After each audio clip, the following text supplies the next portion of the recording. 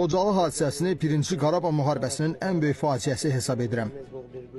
Təqsirləndirilən Xocalı ilə bağlı qondarma rejimdə müzakirələr və araşdırmalar aparılmadığından hərbi əməliyyatlarla bağlı məlumatı olmadığını söylədi. Xocalıdakı qətillər, oradakı barbarlıqlar reallıqda bir faciədir. Gördüyümüz kimi uşaqlara, dinc sakinlərə qarşı törədilən cinayətlərə necə bəraət vermək olar? Arayik Harutyunyan təqsirləndirilən Madat Babayanın məhkəmədə verdiyi ifadəsində Xocalı soyqırımının törədilməsində yaxından iştirak etdiyini dediyi Arkadi Şirinyanı çox yaxşı tanıdığını söylədi. Bildirdi ki, Arkadi Şirinyan sonradan qondarma rejimin dırnaqarası təsərrüfat rəhbəri olub. Eləcə də Şirinyanın hansı əməliyyatlarda iştirak etdiyini yaxşı bilir. Dövlət ittihamçısı Təranə Məmmədovanın sualına cavabında bildirdi ki, Vitali Balasanyan da Əsgərandakı qüvvələrə komandirlik edib və ətraf kəndlərdə olan erməni hərbiçilərdən ibarət silahlı dəstələr də ona tabi olub. Karen Babayan isə Sambel Babayanın qardaşıdır.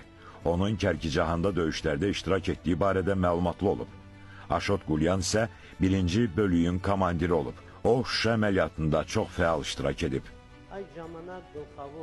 O vaxt əsas hərbi rəhbər Arkadi Tertadevosyan idi. Düşünürəm ki, hərbi əməliyyatlar onun göstərişi və razılığı ilə həyata keçirilib. Arayik Harutyunyan dedi ki, Xocalıda törədilən ağla sığmayan vəhşiliklər barədə normal insanın qərar verməsinə inanmır. Söhbət törədilən vəhşiliklərdən gedir. İstənilən halda bu bağışlanmaz bir faciədir.